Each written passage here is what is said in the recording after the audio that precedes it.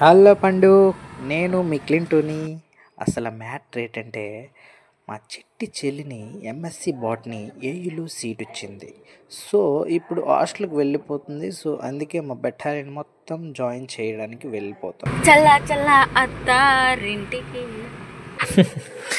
మావాడు మాత్రం చలో చలోకి చాలా చాలా అంటున్నాడు. మా చెల్లిని అయితే బాగా ఏడిపిస్తున్నాడు వాడు, హాస్టల్కి వెళ్ళిపోతుంది కదా అని. అలానే వాడు కూడా ఈ ఆర్కే బీచ్, ఈ నోవటల్ ఇవన్నీ చూసేసరికి చాలా ఇయర్స్ అయిపోయింది. వాడు మళ్ళీ మేము వైజాగ్ వచ్చి ఇలా మా చెల్లిని హాస్టల్ జాయిన్ చేయడానికి రావడం, మళ్ళీ ఇది చాలా డేస్ తర్వాత మళ్ళీ వచ్చాం. ఇంకా చెప్పాలంటే వాడు చాలా ఎగ్జైట్మెంట్తో ఉన్నాడు ఈ ఆర్కే బీచ్ ఇవన్నీ చూసేసరికి.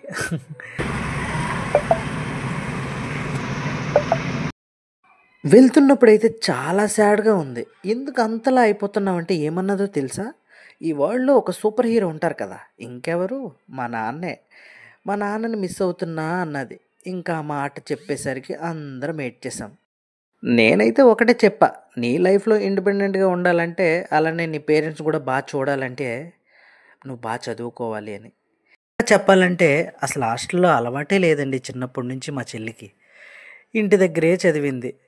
ఇప్పుడు ఎలా ఉంటుందో ఏంటో చాలా భయంగా ఉందండి.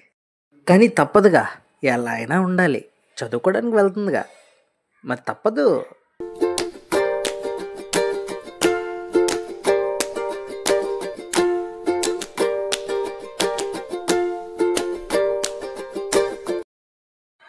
ఇంకా ఫైనల్గా హాస్టల్కి రీచ్ అయిపోయామండి. ఇంకా రీచ్ అయ్యాక అమ్మ చెల్లి వెళ్ళి అరేంజ్ చేసేసారు. ఇంకా ఇంటికి వెళ్ళిపోదామని టైంకి మా చిన్నానేమో బీచ్కి వెళ్దాం అన్నాడండి. అదేంటి, బీచ్ ఆల్రెడీ దాటేసాం కదా అనేసరికి తీరా చూస్తే బీచ్ ఏమో హాస్టల్ బ్యాక్ సైడే ఉందండి.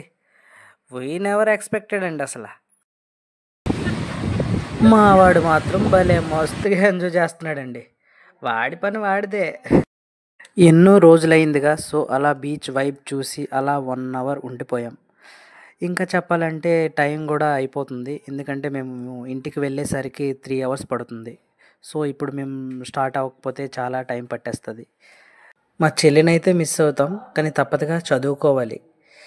ఓకే అండి, మళ్ళీ నెక్స్ట్ బ్లాగ్తో కలుద్దాం. ప్లీజ్ లైక్ చేయండి, షేర్ చేయండి, అండ్ అలానే సబ్స్క్రైబ్ కూడా చేయండి. అలానే మేము సాంగ్స్ పాడే ప్రతి ఒక్క సాంగ్ని కూడా సపోర్ట్ చేయండి.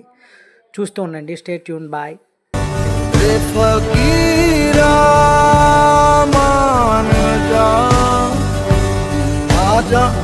तुझको पुकारे तेरी परछाइयां, कभी